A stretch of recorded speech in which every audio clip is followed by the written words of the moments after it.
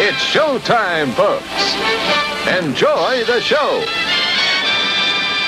And a fine Saturday morning, too. I go Irish or Scottish or something. It's like I turned into a leprechaun Saturday mornings. And a fine Saturday morning to you there, Steve. Good morning, Andy. How do you do that? That's like your default. Were you ever in theater and acting? Was it just like if you needed to go in character, just I'll go Irish. I'll go with this bad accent. That's character for you. I would blame Monty Python, but I don't think that they ever went Irish too often. No, it's normally like my awful British ladies that I will end up doing. But the Irish, I don't know where that came from. That's funny. Well, it's just is it an early Irish? You're a bit of a leprechaun this morning. That's right. But welcome to another edition of the Saturday Matinee. Yes, we had a week off. It was sort of nice to sleep in on a Saturday. I did a lot of that while you guys were taking the reins. Well, I actually didn't. No, you did. You had things. You had events. You had early morning sporting events to attend. I did. I like to pretend that I slept in, but never works out that way. But here we sit, and what's new in your world, movie-wise? Did you, while we were not doing a show, it's been the Thanksgiving holiday. Did you catch up on anything interesting? No, I didn't. There was a lot of stuff that I was hoping to get out to see. Unfortunately, my schedule conspired against me. So perhaps this weekend, I don't know, today or tomorrow, I might be able to get out to a few things. But I've been catching up on the streaming stuff. So I've been spending some time in the Amazon Prime world. Oh, okay. Actually, with I know you are a fan of the. What do you call them? Sort of the story podcasts, podcasts that are, sort of serialized stories. So right. I've been watching Amazon Prime's Homecoming, which was based on a series from Gimlet Media. And what I find hysterical is that in the podcast, the main characters were voiced by Catherine Keener, Oscar Isaac, and David Schwimmer. So why not just cast them? Right. No, we won't do that. So it became a Julia Roberts vehicle, which is great. It's completely different. The story elements are the same. There's some tweaking that's happened because now we have visual information that we can get, and it's directed by Sam Esmail, I believe. He directed a movie JJ and I talked about on Trailer Rewind like 2 years ago called Comet.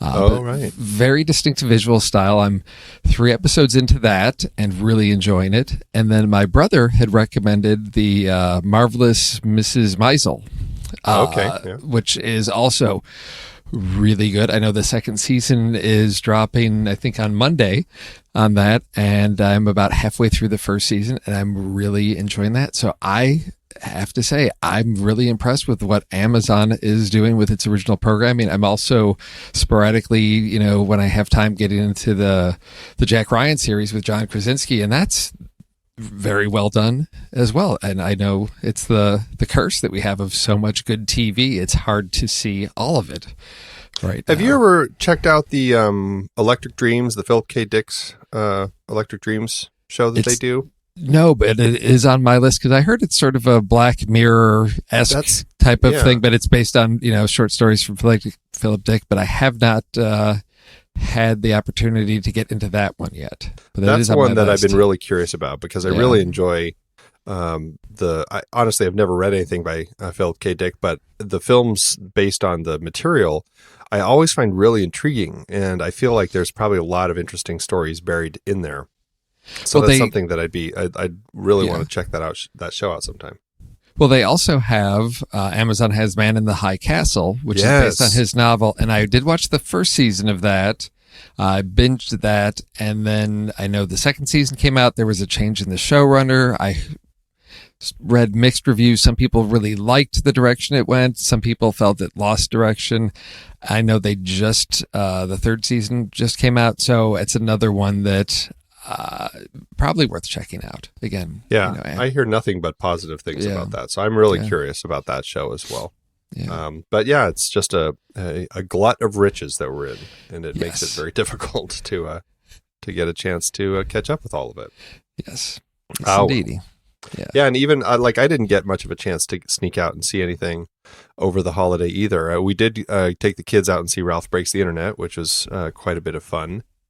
And then we kept intending to go see some other things, but we kept finding other things to do. It's just, with family around and friends in town, it's hard. So Yes. I haven't had a chance, and I've just been otherwise fairly busy. So, but I hope to get out to the theaters at some point, because we're hitting that point where holiday releases are just, coming at us now a mile a minute. And I'm going to feel like I did last year, where I'm incredibly behind just because I missed like a weekend.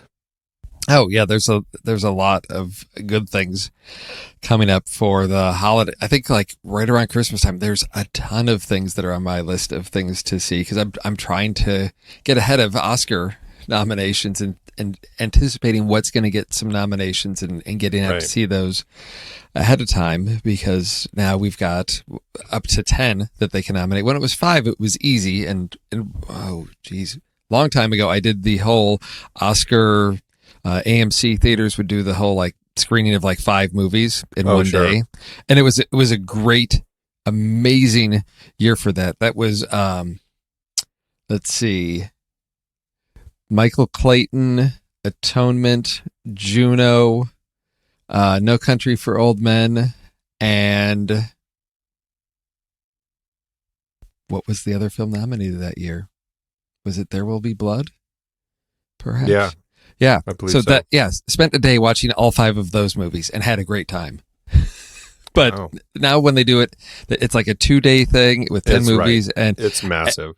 And that was a year where I just had not been out to see anything in the theater. So it was nice because I could sit down and see all these movies I hadn't seen. Now I end up in a situation where, well, I've seen 3 of those. I'm not going to go spend the, day to rewatch all 3 of those plus the remaining ones. So that's the trick. Yeah. That's the trick with those, is like, you really have to want to see multiple movies again if you've seen some of them, because if you're going to do a 2-day run of it, it just is very, you have to really commit to doing some rewatches too.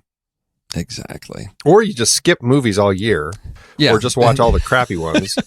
And then you just get all your Oscar nominees done in 2 days. In 2 days. Maybe that's the better way to go. I don't know. Maybe I'll only watch like movies from Will Ferrell and The Rock this next year. And then I will do all my Oscar stuff in 2 days. There you go. But it puts us in a weird time of year now, because the trailers for all of those holiday releases have been out for a while. And so that leaves us, so we've got, in the summer, we've got summer movies, and we're starting to see what's coming out in the fall. And then around this time of year, we're in a cycle where, the previews are coming out for nothing. Maybe stuff that might come out in February or March. I'm scrambling through looking for something that looks like a movie I might want to see. And it's weird how these cycles hit, where there's some weekends where there's like 3 or 4 great trailers. And I suppose we could talk about, briefly some of the other ones that came out when we get to our trailer picks. But it's interesting, because I'm like, when you go to see the movies now, what trailers are there? Well, stuff that's either coming out in a week or 2, or maybe something that's a teaser for like next summer or fall. So I know that there's been talk about, when is the next Avengers trailer going to drop? That should be coming sometime soon, because that's due out in next May, when we get to the resolution of that story. So that trailer should I don't think we're going to, well, I'm curious, because obviously Captain Marvel is the one that they're pushing now. So I don't know if they're going to want to make people forget about that one by pushing the next one. So, but are they going to wait until Captain Marvel to release anything for Infinity War 2? I don't know, because those two are getting released much closer together. Yes. Oh, yes. Because let's see, Captain Marvel is released in March. Yeah. Maybe they could, and then just flood the market with Infinity War material. Well, I think they're counting on people knowing that it's coming, so it's not as much long build up to generate awareness. Everybody knows that there's going to be something that happens, since you killed off everybody. Yeah. Yeah, because it's May 3rd, so like a month and a half later, Avengers Infinity War, or what?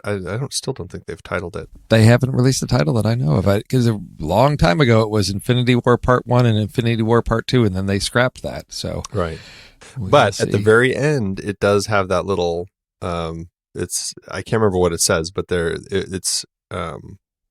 no, I think at the beginning of Infinity War, or maybe it's the end. I can't remember at what point, but there's like a little, like a line that appears next to it that made it seem like, oh, that might just be referencing like one. So it might just be Infinity War 2. That could be. All right. I guess we'll see. We'll see. Yeah. Well, since you mentioned trailer picks, I guess we should go into our trailers. We should get through them this week. So you mentioned the difficulty of finding trailers. So yes. So let's go. So for your trailer, did you go something really far away, like next year, or did you go something right up close I went way far away. Okay. Into August 2019, and this is technically a teaser. And this is one that is a title that had popped up over the years. It just kept coming up. This is one of these young adult novel adaptations, and it depends on who they can get attached to it. And I know there's always going to be backlash. When you adapt a well-beloved series of books, you're never going to make everybody happy. And it probably doesn't help that this is Disney, so people are concerned that it's getting Disneyfied. But this is Artemis Fowl. This is directed by Kenneth Branagh, and this is the story of a young Irish criminal mastermind. It's not. I think I read the first one in the series when my kids were younger, and it was riding that whole Harry Potter wave. But this one, your main character is basically a criminal. He's this criminal mastermind, so it's much darker. And I think that's what my girls just weren't interested in. That they loved Harry Potter. This one just was not, following a sort of a young anti-hero. Yes, was not something that appealed to them. But I know there's many books in the series. Have been very popular. To me, it looks very, I don't know, I guess Disney, because there's a lot of quality into the production that I can see here. It looks great, which I think I will accept some changes to the story, given that they're able to bring this world to life. That's one of the struggles I often have with young adult stuff, where you've got kids have this very vivid imagination and can bring these words to life in their mind's eye. And then you go to the theater and there's not the budget there, and things get cut down or simplified, and it just loses that magic. This one looks like it's capturing some of that visual magic. And that's why I picked this one. It looks like it's going to be a fun ride. This is Kenneth Branagh's third Disney film. Well, I guess if you count Marvel, because he did Thor, he did Cinderella, which I think was what started the whole let's do live action versions of the animated ones. I think Cinderella may have been the first in that sort of wave of Disney. It depends, maybe of the more recent waves. Disney's done it before. I mean, they did 101 Dalmatians. Oh, that's right. That's right. They also tried a Jungle Book version back in the 90s. Okay. So I guess on the current wave sort of launched that. So I know Kenneth Branagh knows how to put a film together. It may not be the book, but I think it's something that looks like a lot of fun, something to get out of the heat here in Arizona in the summer, something, well, I know your kids will probably be interested in enjoying. They will want to see this. Yes. Yeah. So, but, you've got mostly cast of unknowns, but you've got few familiar faces like Judi Dench and Josh Gad showing up. So, yeah, that's August 9th, 2019. I've heard the title, but it was kind of past my point as far as when I was reading books like this. So it's not something I ever picked up. And so I knew nothing of this story. And even watching this teaser, I looked at it, I'm like, I have no idea what this is about. I mean, it's a true teaser, because for me, it is. It gives me no sense at all of what this story is, other than there's this world, and then it looks like there's this world underneath where these little ships are flying around, and I couldn't figure out for the life of me what actually was happening in the trailer. And it wasn't until I kind of read a little bit about it that I go, oh, okay, it's about this 12-year-old criminal mastermind, and he kidnaps a fairy. Yes. Stuff like that. So I'm like, well, it sounds like a fairly dark story. I wonder how they're going to manage to pull that off and make it something that that doesn't seem for kids like they're just following this criminal around. But right. Yes. I guess we'll see. I guess we will see. Kids have managed to enjoy Oliver for years. So yes. So they can do it. I believe in them. Okay. It looks interesting, and it's definitely something I'll check out. And it's one that I look forward to seeing more trailers for. Yes, definitely. Cool. Speaking of dark stories, you were in a dark place with your trailer this week. I picked honestly, I was looking at trailers, and I watched an A24 trailer for the new movie with what's her name? Julianne Moore? Julianne Moore, thank you. Yes. Okay. Which looks really good. I almost went with that, and then I watched a trailer for Alfonso Cuarón's new movie, Roma, which also looks really good. But instead, I went with this trailer because the title of it made me laugh so much. It's like such a strange... I don't know. I looked at the trailer. I'm like, I don't know if this is really going to be good at all, but the title made me laugh a lot. And it's a movie that's, it's got some people in it. And so I don't know. I guess I picked it for a very lame reason, but I don't know. It just made me laugh. The title of the film is called Dead in a Week, parentheses, or Your Money Back. Which, it just cracked me up to no end. This is a movie that is about this down on his luck guy he's tried killing himself, and he's never failed. It's never worked out. And so he finally decides to hire a professional to do it.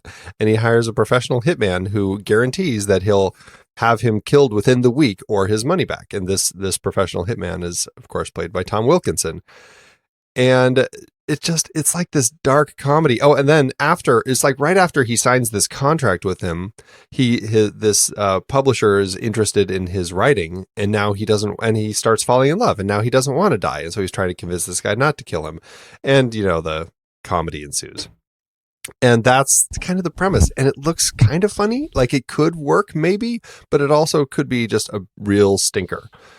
So far, it's had some people seeing it already, and it's got a 6.4 on IMDb. So according to Pete, it breaks that 6-star threshold. So it might be okay. It just might be okay.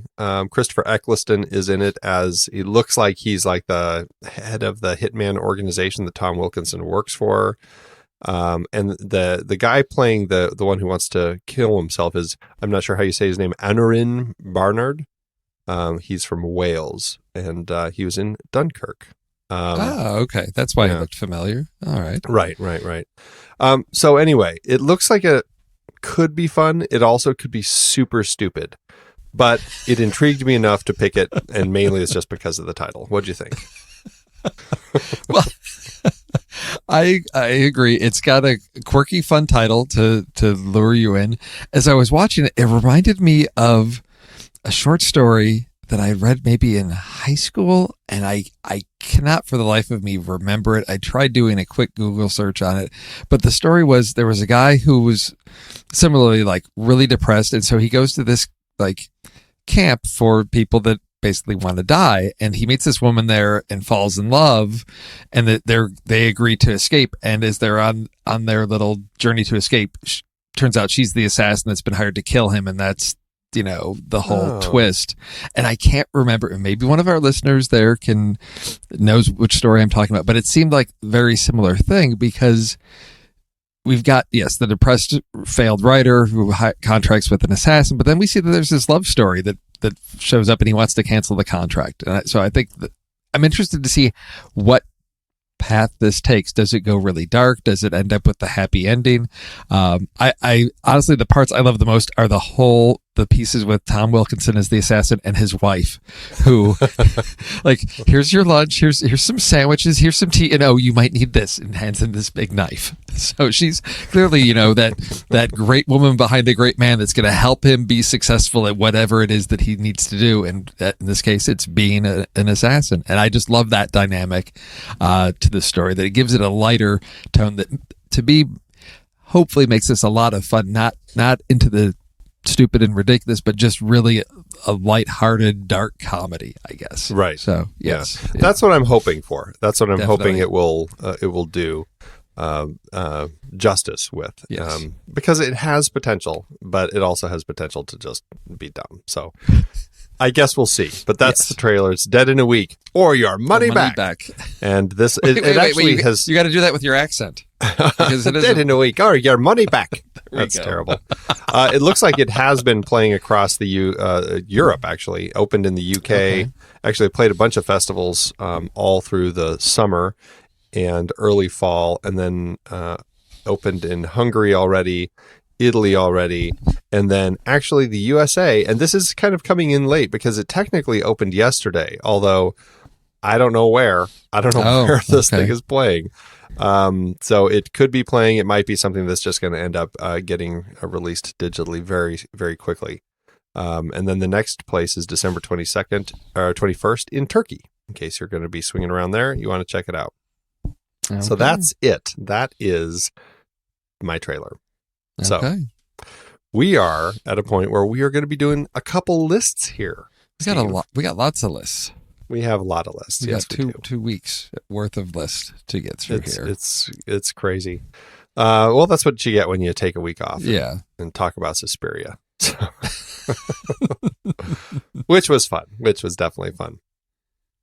For our first list, we are. This is a couple weeks ago. We're looking at the film Once Upon a Time in America, and the choice that our Patreon supporters picked for us is stories about a person where it looks at their life over multiple periods in their life, and you see multiple actors playing that person. How is this list for you compared to the next list? Well, sometimes this is what I enjoy about our list, because sometimes it's something about the movie overall, or sometimes it's about a particular scene in a movie. And sometimes when you have to narrow in on a particular scene, it's easier to say, oh yes, I remember that scene from that movie. When it's something broad like this, okay, I have to think of movies and I have to think of the entire movie and what's going on in that story. So this is a bit more challenging for me. Went in some interesting directions with this one, some more successful than others with this one. So yeah, this one. Well, do you want to kick it off? Sure. I'm going to start with, I will admit I am a sucker for middle to good quality romantic comedies. There's some that are just horrible that, yeah, I admit, and I watched. We'll give them a shot and then never return to them. This one actually was a surprise for me, and I just love the cast in this. This is from 2004. 13 going on 30 with Jennifer Garner, Mark Ruffalo, Judy Greer. And this is the whole concept behind this is a 13-year-old that just wants to get past all the drama and everything of middle school and wakes up one morning and she's 30 years old. So you've got a 13-year-old trying to manage life as an adult. So we see what she's like as a teenager, we see what she's like as an adult, and then of course magic glitter takes us back in time again. So we see her at different points in her life and how she manages relationships and conflict and all that. For me, it's just a lot of fun. Andy Serkis is also in it as when she's an adult, he's like the editor of the magazine she works for. Just a lot of fun with this one. So this is my sort of pushing the boundaries on the rules on this one, but we do have characters at different points in their life played by different actors. Gotcha. Have you ever seen this one. No? Okay. No, it was one of those movies that just looked like something I shouldn't bother with. Of course, yes. But I know my wife loved it, and she has watched it multiple times and has told me that it's something that I probably would enjoy. So, well, when your daughter gets a little old, older, probably one that she may enjoy at that point. Yeah, absolutely. This was a list I actually I felt like I just was buried in choices. Okay. I had so many options for this list and really struggled, and so I tried to narrow it down in some ways where I'm like, okay, well there's time travel options, and I'm trying to leave the time travel options off the table for my list. There are movies where it has like a scene at the start in the past that's like setting the story up a little bit, and then it jumps into just the present and everything else is the bulk of the movie. I'm trying to avoid those where it's just like a setup scene. Yeah, exactly. Yes. I was right there with you on some of those where I said, well, that's like a minute or two and we don't really get that much. It's just to set up a little history. Yeah, exactly. So I really tried to focus quite a bit more. And so, and it's a struggle because I think that there are a lot of good choices on my list still. I think I'm going to go with, I guess I'll just say it's the easy one. And it's The Lion King. I think the original animated The Lion King is such a treat to watch, and still I think it holds up amazingly. And it's a really fun movie, and it kind of was for a lot of people. I think it was kind of the crowning glory. I know a lot of people think would say Beauty and the Beast was, and I probably agree, but I think The Lion King is way up there too. I think there's just some stunning work that Disney's doing with that story, and the animation is great. The characters are great. It's kind of got a taste of Hamlet, and I think it works really nicely. But you do get to spend quite a bit of time with young Simba as he kind of has his ego growing and then crushed when he thinks that he accidentally killed his father. And then the older Simba has to come back and face his past and right the wrongs. Fantastic story. And watching these young characters grow up, Simba, Nala, and everybody, it's a really fantastic film. So that's my first choice, The Lion King. And that ties back to our discussion of movies being remade, because they just 2 weeks ago they did the live action of Lion King with an amazing cast. Poor Donald Glover, he's getting cast. So not only does he have to live up to expectations of he's going to play young Lando Calrissian, now you're voicing in The Lion King, and then just an amazing cast. You've got Beyonce, you've got John Oliver. I was really impressed with the cast that they were able to put together. However, with this one, the live action of, I guess because as you mentioned, the visual, the animation in this one is I think worlds beyond Beauty and the Beast. You watch Beauty and the Beast now, and the animation just isn't as crisp and rich as it is in The Lion King. So live action, they have a lot to live up to with a lot of those really powerful, iconic visual moments from the animated. It's going to be really tricky to see. I think Beauty and the Beast has some amazing animation, but it also has some sloppy animation. Yes. It suffered with a little bit of that. Whereas Lion King, I feel like there's maybe a shot here or there, but otherwise it's almost just, cinematic perfection, the way that they designed that film. Yeah.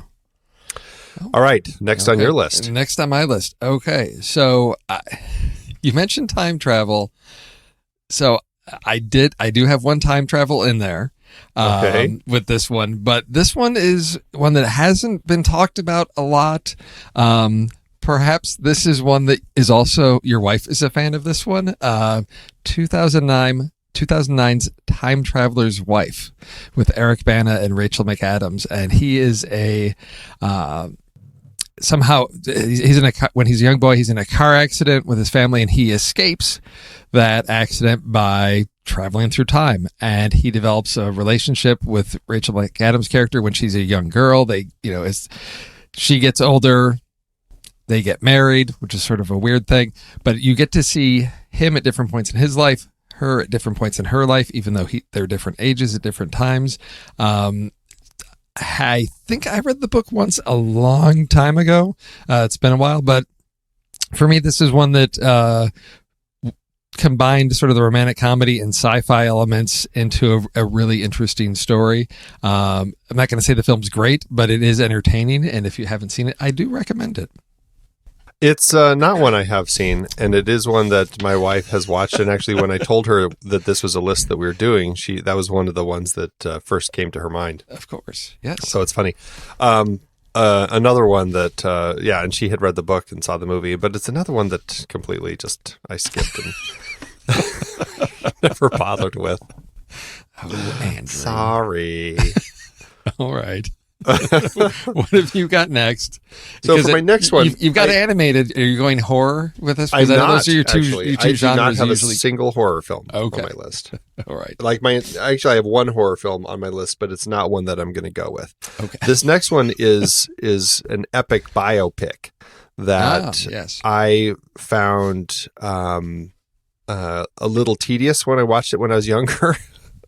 But when I watched it when I was older, I think I clicked with the characters a lot more, and I found it to be a really strong film. It is Bernardo Bertolucci's The Last Emperor, which came out in 1987. Watching the journey of this child grow up to be this emperor of China is really interesting. And then to see how everything ends for him and kind of how his life shifts and changes. I just found to be a really kind of profound journey, and to go on that with him is really magical. And watching the young boys who play Puyi as he grows up, there's actually 4 kids. There's a 3-year-old, an 8-year-old, a 15-year-old, and then the adult version played by John Lone. It's a great film, and I know it's a long one, so I don't know how many people are running out to check it out still these days, but it still is a film worth checking out, and it's a good one. So that's my second choice. And that's one that has always been on my list that I just never got around to see. Because again, it's the epic. Because it's long. It's long, and it's like, when do I have time for this? But it's one that I've always wanted to see. So, all right. And it's stunningly beautiful. It's beautiful. Amazing how beautiful the film is. The cinematography by Vittorio Storaro. I mean, it's that Apocalypse Now level of just color and richness throughout the film. It's just amazing. So definitely check it out when you get a chance. After In the Name of the Father. See, I had to get that in there still. Yes, I know. Yeah. All right. My third one on this list, going with, I think, an overlooked, I don't want to say classic.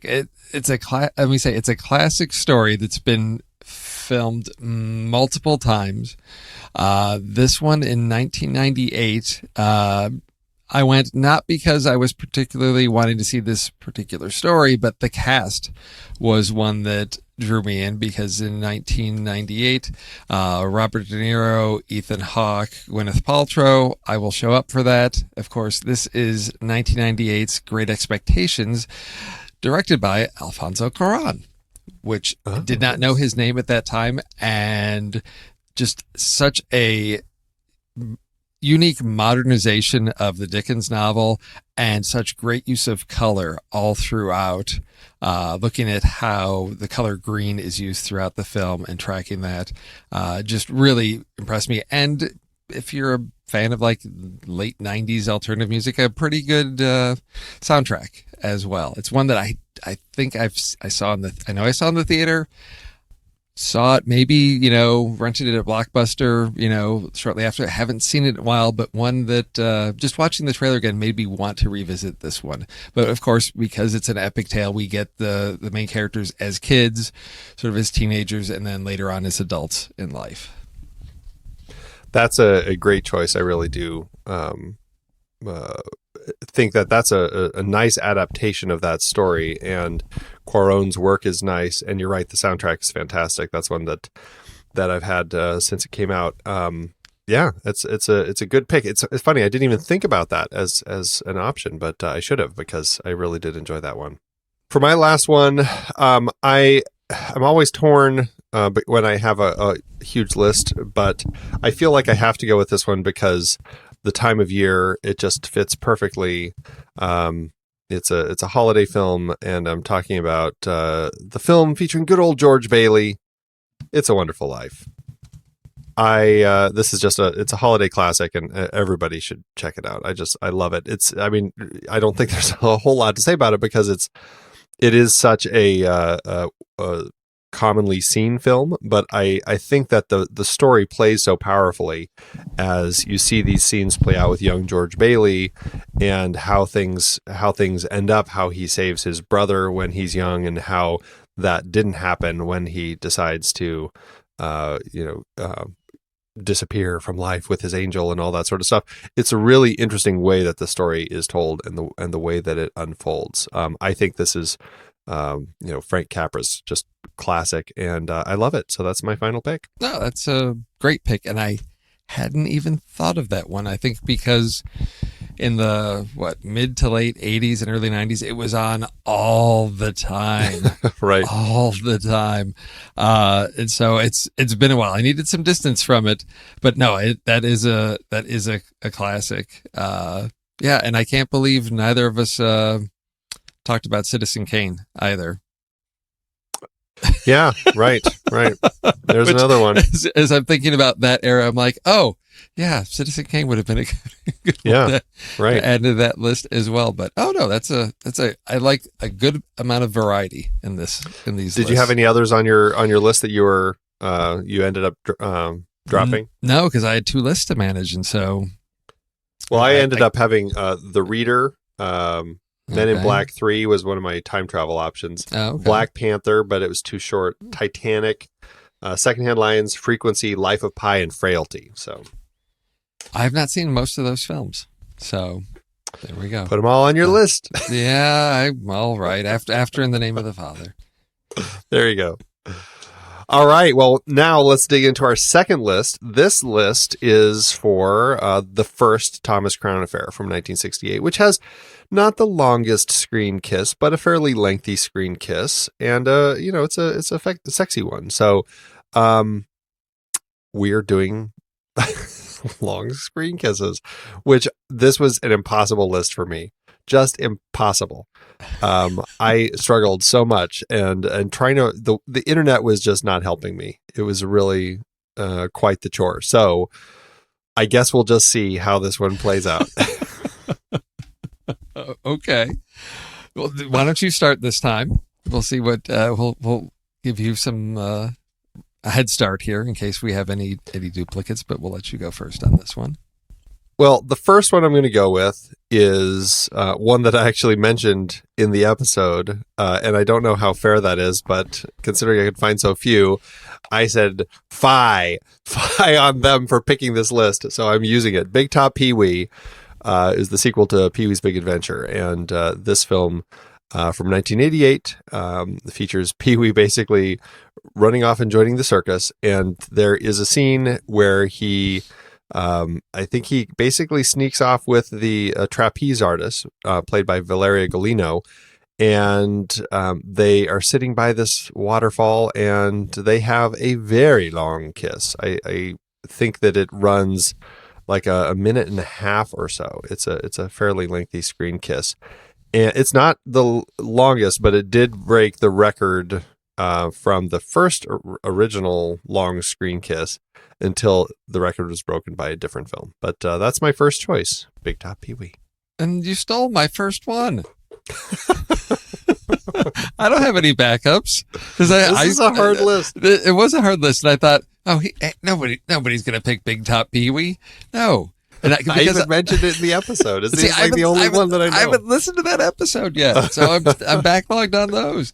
But I remember when this came out, I don't know if it was an interview with the director or if it was with Paul Rubens, and he talked about that, they intentionally went for the longest screen kiss at that time. And that's, and it fits in with a movie that's, ridiculous, a Pee Wee Herman movie, to just have that long kiss and the long, slow camera pull back, and then Penelope Ann Miller, his fiance, showing up and being upset with him. So yeah, that's my, that was the first one on my list. That's your first one. I thought I'll start with, I know I can get long kiss on that one. The rest of them are moderately long. They're not in that epic length, but, long enough that I could say they're memorable as a long kiss, and I think the other two that I have are important to the story.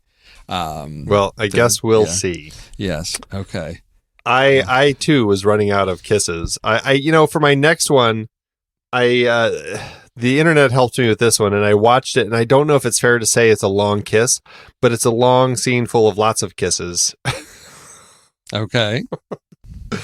And it's kind of like a constant. It's like this weirdly constant kiss. This is Hitchcock's Notorious.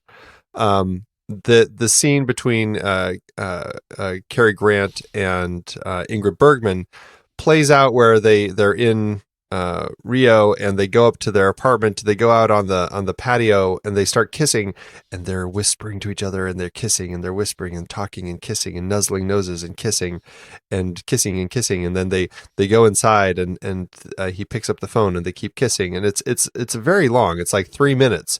And I did, there was a place online that said it was one of the longest screen kisses, and I'm like, I don't think it counts, because there's like, probably 100 kisses in the 3 minute span, and between a lot of talking, but I think it kind of works, and it plays pretty, cute. And so I think for me, I'm going to count it. That counts. Cause I was looking at lists, and there was some that said, oh, this is a long kiss. And I looked at, well, even in, Thomas Crown Affair, it's lots of little kisses over time, but I know in Notorious, it's broken up with other moments, and it's not just one long continuous kiss like we have in Big Top Pee-wee. So I went for kisses that I could say it's one consistent kiss, and it's significant. Like, so my next one, this is my week of romantic comedies is what I'm sticking with. And so was this 1999, and the cast on this, I remember seeing this on video, I think. But I'm just looking at the cast again of who was in this, and starting with some of the smaller roles, you've got Octavia Spencer, James Franco, Gary Marshall, Jessica Alba. And you've got John C. Reilly, Molly Shannon, Michael Vartan, David Arquette, and Drew Barrymore in Never Been Kissed, which the concept of the story now plays a little creepy, and probably was a little creepy back then. But you've got a journalist that is going undercover to talk about some drug ring in high schools. And of course, she's been a nerd, never been kissed, and then starts falling for one of her teachers, who does not know she's an adult.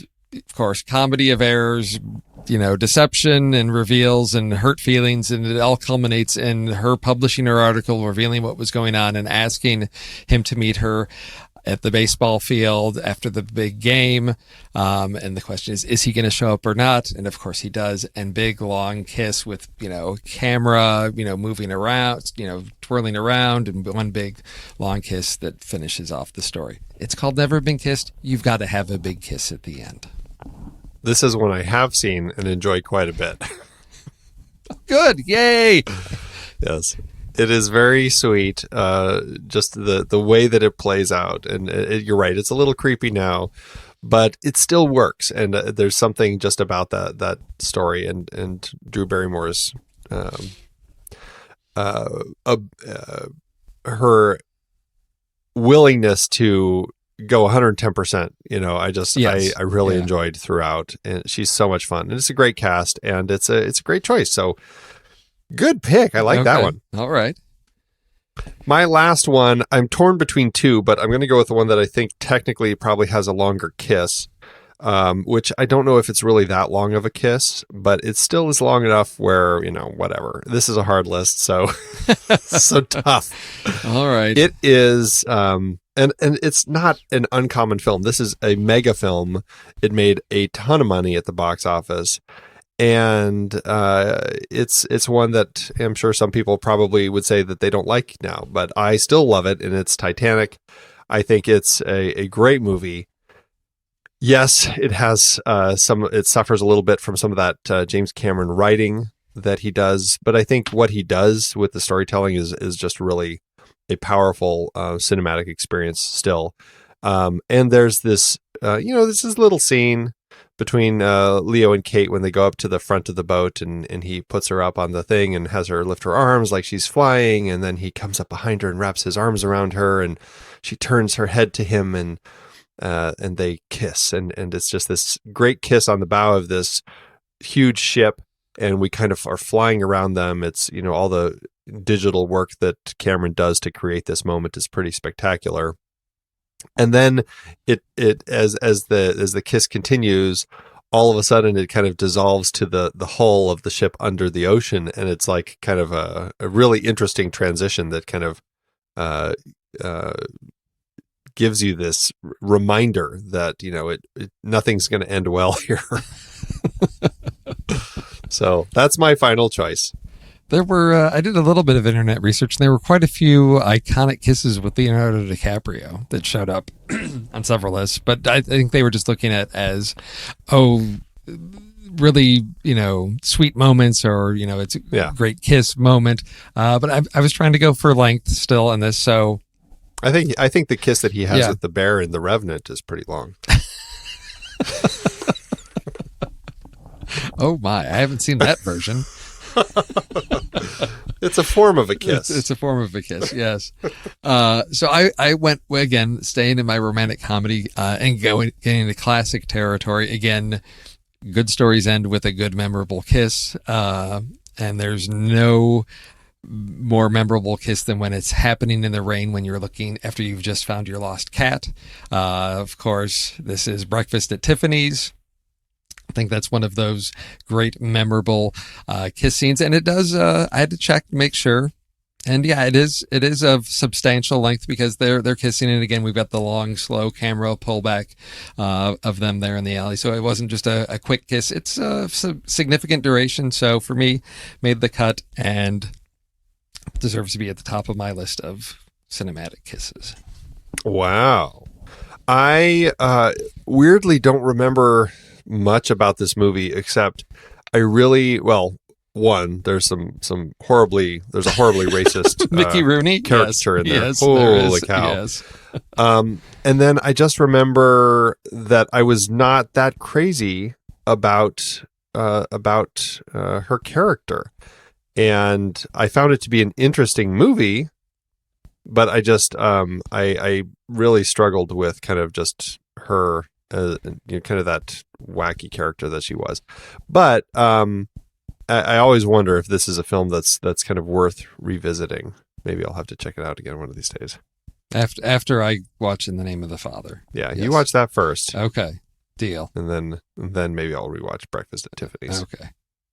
So This one, all I ever think about with this movie is the song now. Well, that's one thing. Yes. Yeah. All right, we got and through. I'm kind of, as I recall, we both kind of liked it, but that's kind of where I. Well, that's it. Look at that. We made it through. We got through two lists. Our two lists. Now we are going to be talking about the 1999 remake of Thomas Crown Affair. Of the Thomas Crown Affair. And it's funny because there's something that I feel like Pete mentioned. I was like, we absolutely have to make sure we talk about that. And now I don't remember at all what it is. You've seen it though, right? Oh yeah. Yeah. It's been a while. Because I did sort of the comparison thing of I watched, checked them both out and watched both of them to sort of see but gosh, that was probably 15 years ago. It's been a long time, but yeah, I remember them. But here's the challenge with a movie and its remake is we already identified key pieces from the first one. What do you do when it's the same movie again? Well, and that's the thing is like we had a good thing and I just don't remember what it is anymore. It's terrible of me. I really can't believe that I forgot what it was. Because there are differences. I mean, he's, in this one, he's stealing a painting. Right. So we could do like museum heists or something. Or something with, there was a Trojan horse. They actually used the Trojan horse gag to sneak in. So I wonder if that was something like Trojan horse gags or something like, oh, sure. Bad or, sneaking in through hiding in something. Okay. That could be something. I yes, that definitely works. Okay, on so that there's one. Yeah. Let's see, what else? He's, it could be an interesting list. We could do a list of movies of actors who played James Bond that aren't James Bond movies.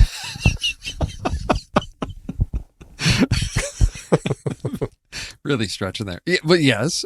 Or I guess if you take it a little bit further and say, okay, James Bond is the hero. Who are actors that played James Bond, who is a hero, that are now playing sort of a more, I don't want to say villainous, but, maybe on the wrong side of the law? Because I wouldn't say that, in this case, Pierce Brosnan's playing like, he's still a gentleman. He's the gentleman thief or whatever, still, likable, but he's on the other side of the law in this case. He's not just like, oh, we're not going to put him in another like good guy action movie. It's like, yeah, let's take the character in a different direction. So let's do that. Like sort of the darker side of the darker Bond that they play. Good. Okay.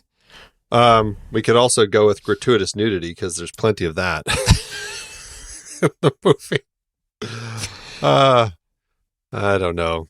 Let's think. Let's think of something a little more serious. Well, let's see. Again, my IMDb plot. See, you guys are just in like lecherous territory here because when I looked at Once Upon a Time America, and I look at Thomas Crown Affair, 1999 IMDb plot keywords: sex in bed, sexual desire, female rear nudity, female frontal nudity, breasts, cleavage, scantily clad female, sex on stairs. I remember that. Yeah. Yes. Good old IMDb plot keywords. Well, let's see. We've also got them running off to an island paradise, so we could have island paradise retreats. Yes, I like that. That gives us a lot of options. Okay, so we'll do that as our third.